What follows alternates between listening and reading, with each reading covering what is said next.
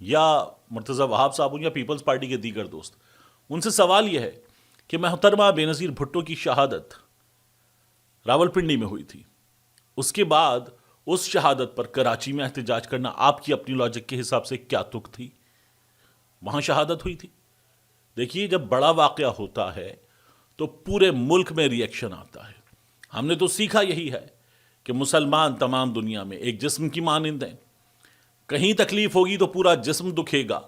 تو جب وہاں تکلیف ہے اور اتنی بڑی تکلیف ہے کہ 100 سے زیادہ بچوں کی اموات کی بات ہو رہی ہے، وہاں جو فائرنگ کا واقعہ تھا 100 سے زائد اموات، اور جو گزشتہ کچھ عرصے میں اموات ہوئی ہیں 1000+ کا نمبر ہے، اور وہ اگر مظاہرے کر رہے ہیں تو آپ کہہ رہی ہیں تو کیا ہے؟ تو سوال تو یہ ہوتا ہے کہ پھر 1.2 بلین کے لاسز ہوئے تھے. کراچی، سندھ کے دیگر شہر، پورے ملک میں مظاہرے ہوئے. محترمہ بے نظیر بھٹو کی شہادت کے بعد ATMs لوٹے گئے، بڑی بڑی دکانیں لوٹی گئیں، اور لوگوں کی املاک کو نقصان پہنچایا گیا، سرکاری املاک کو نقصان پہنچایا گیا. تو کیا کسی نے آپ سے پوچھا تھا کہ پورے ملک میں مظاہرے، اور مظاہرے بھی ایسے جو پرتشدد تھے، کرنے کی تک کیا ہے؟ یہ سوال آپ لوگوں سے نہیں ہوا تھا. تو جو پرامن مظاہرہ کر رہے ہیں ان سے یہ سوال کرنے کا آپ کو کوئی حق ہی نہیں. نام نہاد جمہوریت کے چیمپئن بننے والے لوگ اس طرح کی باتیں کریں تو جمہوریت کا چہرہ داغدار ہوتا ہے، جو شازیہ عطا مری صاحبہ کر رہی ہیں اس دھرنے کے حوالے سے. اس کے بعد میں آپ سے عرض کروں، مریم نواز شریف صاحبہ، انہوں نے عمران خان کو استاد مان لیا ہے، بلکہ ٹھیک ٹھاک طریقے سے استاد مان لیا ہے. عمران خان صاحب کی حکومت میں جو دیہی افراد ہیں، خاص طور پر ان کے لیے مرغیوں کی، گایوں کی، بیل کی، بکریوں کی ایک اسکیم کا اعلان کیا گیا تھا، اور بڑا مذاق اڑتا تھا. جیسے مریم اورنگزیب صاحبہ نے 2019 نومبر کی 4 تاریخ کہا تھا نواز شریف کا ویژن تھا 12,000 میگا واٹ بجلی اور 12,000 کلومیٹر موٹر ویز اور سڑکیں بنائیں. ملک کی اصل تباہی چھوٹی ذہنیت ہے جو انڈے، مرغی، کٹے، لنگر خانے پہ ختم ہو جاتی ہے.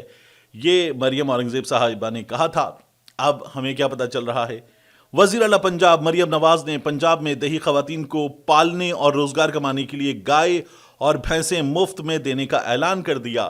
مریم نواز کا کہنا ہے کہ پنجاب کی دھی رانیوں کے لیے باعزت روزگار کے دروازے کھول دیے، اور 12 اضلاع کی 11,000 دیہی خواتین کے لیے 2 ارب روپے کا ریکارڈ پیکج دیا ہے. دیہی خواتین کو پالنے اور روزگار کمانے کے لیے گائے اور بھینسیں مفت ملیں گی. تو عمران خان جو دے رہا تھا وہ گائے بھینسیں، کیا مطلب وہ کچھ الگ طرح کی گائے بھینسیں تھیں؟ وہ اسکیم کیا مختلف تھی؟ آپ جو لے کر آئیں گے وہ کچھ الگ ہے. آپ کی گائے بھینسیں ڈیجیٹل ہیں. آپ کی گائے بھینسیں جو ہیں وہ ایسا کام کریں گی کہ ایسا کام کبھی پہلے ہوا نہیں ہوگا. یعنی وہ دودھ نہیں دیں گی، کچھ اور پروڈیوس کر دیں گی. عجیب و غریب مذاق کرتے ہیں آپ لوگ. تو عمران خان کا ویژن نہیں تھا، اور اب مریم نواز نے کیا ہے تو یہ ویژن ہے، پنجاب کی دھی رانیوں کے لیے کام ہے. تو آپ لوگ جس طرح کے کام کر رہے ہیں نا، عمران خان کی حکومت پنجاب کی یا مرکز کی، اس کے دھڑا دھڑ پروجیکٹس آپ لوگ اس وقت نہ صرف یہ کہ کاپی کر رہے ہیں، اس کے لگائے گئے منصوبوں پہ اپنی تختیاں لگا رہے ہیں. اور اب آپ لوگ باقاعدہ طور پر ایسا لگتا ہے کہ وہ جو پہلے آپ لوگوں نے مذاق اڑایا تھا اس کو بھولنے کی مشق کرنے کے لیے اس وقت تیار ہے. تو یہ عمران خان صاحب نے کیا تھا. مریم نواز شریف صاحبہ یہاں پر عمران خان صاحب کو ہمیں استاد مانتی ہوئی نظر آ رہی ہیں. ایک اور بڑا دلچسپ کام ہوا، عطا تارڑ صاحب نے ایک پریس کانفرنس کی تھی، اس کے بعد وہ ٹویٹر پہ دوبارہ آئے، اور دوبارہ آ کے انہوں نے کچھ اعداد و شمار دینے کی بات کی، نمبرز دینے کی بات کی، اور کہا کہ ہم مہنگائی کو لے کر آئے ہیں سنگل ڈیجٹ میں، اور ہم جو ہمارا انٹرسٹ ریٹ ہے اس کو بھی لے کر آئے ہیں نیچے. وہ عمران خان کہاں لے گیا تھا؟ عطا تارڑ صاحب یہ پوچھ رہے تھے. تو یہ دیکھیے، سورس ہے اسٹیٹ بینک آف پاکستان، اور جنوری 2022 اس کو 9.8 انٹرسٹ ریٹ تھا. پھر اس کے بعد 8 مارچ 2022 9.8 انٹرسٹ ریٹ تھا. 7 اپریل 2022 12.3 انٹرسٹ ریٹ تھا. پھر اس کے بعد 23 مئی 2022 13.8. پھر اس کے بعد یہ بڑھتا ہوا 15 کے بعد 16، 25 نومبر 2022، پھر 23 جنوری 2023 23 اور پھر اس کے بعد 2 مارچ 2023 ایک سال میں 9.8 سے 20% پر لے کر چلے گئے تھے. عطا ڈاکٹر صاحب جو کہہ رہے ہیں نا کہ عمران خان کہاں لے کر چلا گیا تھا, تو یہ وہ لوگ ہیں جو یہ بھول گئے کہ اس ڈیجیٹل ایج میں ہوتا یہ ہے کہ آپ نے جو کر دیا ہے وہ ایسے کر کے لوگ سامنے لا کے رکھ دیتے ہیں. آپ تو عطا ڈاکٹر صاحب وزیر اطلاعات ہیں فارم 47 والی حکومت کے, ڈی جی ISPR صاحب نے جو کہا تھا وہ پھر حامد میر صاحب ہوں, سوشل میڈیا ایکٹیوسٹ ہوں, دیگر سیاستدان ہوں, تمام لوگوں نے یہ بتا دیا کہ وہ جو بات کر رہے تھے وہ بات درست نہیں تھی. آپ جو بات کر رہے ہیں وہ بھی سراسر غلط ہے. آپ لوگ یہ بھول جاتے کہ اس وقت کس طرح سے آسانی کے ساتھ سچ سامنے آ جاتا ہے, لیکن آپ لوگوں میں اس طرح کی صلاحیتیں شاید مفقود ہیں اور اسی لیے آپ لوگ یہاں پر موجود ہیں. اب دیکھیے ایک اور بات کی گئی, یہ بات کی گئی شاہد خاقان عباسی صاحب کی جانب سے. تو شاہد خاقان عباسی صاحب جو ہیں انہوں نے یہ کہا ہے کہ ملک کو درپیش چیلنجز تب حل ہوں گے جب عمران خان صاحب اور آرمی چیف صاحب مل کر بیٹھیں گے.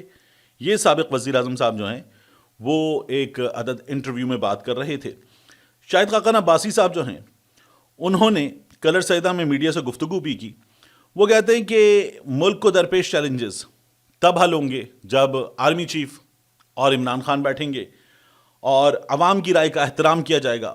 فارم 47 کے نتائج سے انتخابات مذاق بن کر رہ گئے ہیں اور ملک ایسے نہیں چلتے جیسے پاکستان کو چلایا جا رہا ہے. اسٹاک مارکیٹ کو ہمارے یہاں بار بار ہوتا ہے اسٹاک مارکیٹ نیا ریکارڈ, اسٹاک مارکیٹ نیا ریکارڈ, اسٹاک مارکیٹ نیا ریکارڈ. وہ کہتے ہیں اسٹاک مارکیٹ کو مصنوعی طریقے سے اوپر لے جایا جا رہا ہے. انڈیکس چاہے آسمان کو چھو لے اس سے لوگوں کو کچھ حاصل نہیں ہوگا. اور اسٹاک مارکیٹ کی کسی بھی ایکسپرٹ سے آپ پوچھ کے دیکھیں تو وہ بتائے گا کہ اسٹاک مارکیٹ جو بتایا جا رہا ہے نا کہ پچھلے کچھ برسوں میں جہاں تھی اس سے دگنی جا چکی ہے اوپر, تو کوئی بھی ایکسپرٹ جو آپ کو ریئل نمبرز دے گا وہ آپ کو بتائے گا کہ یہ 2 گنا اوپر نہیں گئی ہے, یہ تقریباً 2 گنا نیچے جا چکی ہے. اس کی ریزن یہ ہے کہ ہمیں تو اتنے پوائنٹس کا اضافہ نظر آ رہا ہے, لیکن مارکیٹ میں جو کیپٹل کی بات ہوتی ہے اس کے حساب سے دیکھا جائے تو یہ نمبرز اچھے نہیں, یہ نمبرز برے ہیں.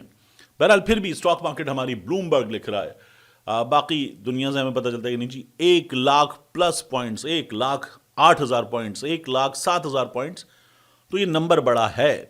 مگر شاہد خاقان عباسی صاحب کا یہ کہنا ہے کہ انڈیکس چاہے آسمان چھو لے اس سے لوگوں کو کچھ حاصل نہیں ہوگا.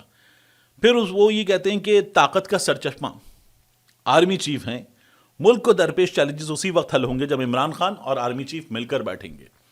یہی بات عمران خان صاحب کہتے ہیں. وہ کہتے ہیں میں ان سے کیا مذاکرات کروں, ان سے کیا میں موسم کی صورتحال پہ بات کروں, ان کے پاس تو کچھ نہیں ہے. تو خبر تو یہ ہے اصل میں کہ ایک مذاکرات ہو رہے ہیں وہ جو مذاکراتی کمیٹی پاکستان تحریک انصاف کی مذاکراتی کمیٹی, دوسری مذاکراتی کمیٹی حکومت کی جس میں حکومت نے سب کو شامل کر لیا. یعنی حکومت کی مذاکراتی کمیٹی اب 9 افراد پر مشتمل ہے, 9 افراد پر, اور ان میں اکثریت وہ ہے جو اسٹیبلشمنٹ کے نمائندے ہیں.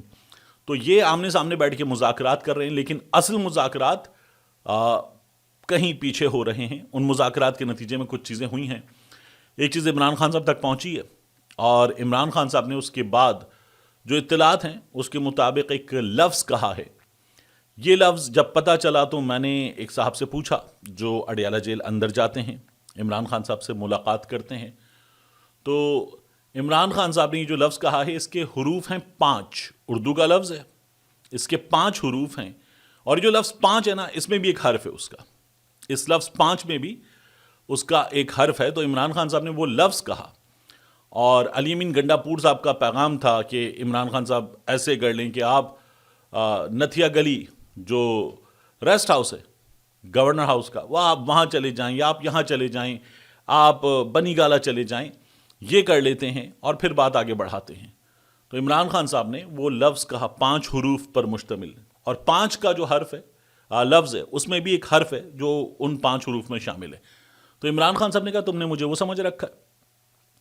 اور عمران خان صاحب نے پھر ان سے کہا میں نے جو اتنی سخت جیل کاٹی ہے وہ جیل کیا اس لیے کاٹی ہے کہ میں جا کے اب کہیں بیٹھ جاؤں, میں تو یہ نہیں کروں گا. میں نے جو اپنے کارکنان کی, اپنی پارٹی کے لیڈران کی یہ تمام قربانیاں دی ہیں, یہ کیا اس لیے دیا ہے کہ ہم اب یہ کریں گے؟ ہمارے کارکنان نے جو ظلم و جبر برداشت کیا ہے کیا اس لیے برداشت کیا ہے؟